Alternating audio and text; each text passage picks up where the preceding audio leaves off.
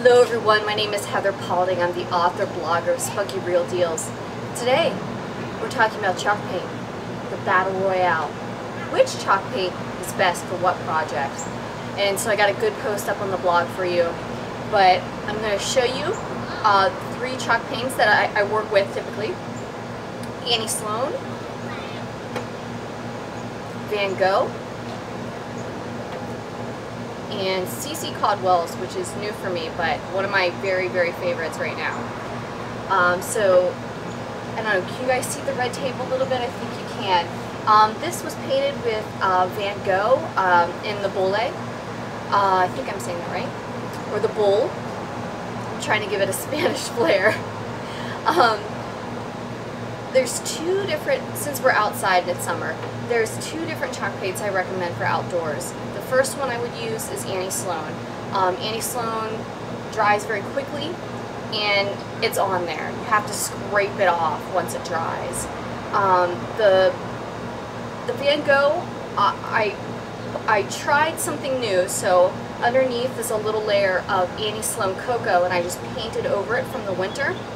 And the Van Gogh doesn't want to stick as much. It wants to kind of pop up a little bit. It wants to bubble up a little bit. So I recommend Van Gogh number 2, but I would go with Annie Sloan for outdoors for sure. And remember, when you use chalk paint outside, you don't want to use any wax because water will just get underneath and it'll just flake all off and then you'll be upset. Next, I'm going to stop the video in a second and I'm going to turn around and I'm going to show you the shed that I did. But let's talk about C.C. Caldwell's. I am under the impression that this is the most eco-friendly out of all the paints. It contains clay. It's like a natural chalk plus clay paint. It paints like a dream. I have to say that it's fascinating also to watch it dry because it dries like a clay mask would on your face, and so it's really cool. But do not use this outside. Obviously, with the clay-based, it's no good for outdoors. It'll just keep getting damp, keep getting wet, and it's no good for outdoors. But inside, absolutely, 100%. All right, thank you for joining me. I'm going to turn you around and I'm going to show you my Annie Sloan shed. See all the possibilities of what can be done. Okay, I'm back in this humid ridiculousness that is today.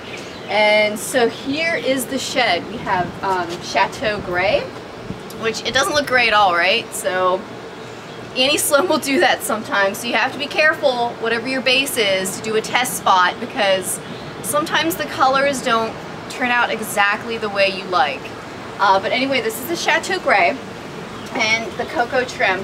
Have to do some touch-ups, but we had a really terrible winter and it still looks really good. None of the color flaked off, it's soaked right in, it's an old chippy shed, no problem, no worries.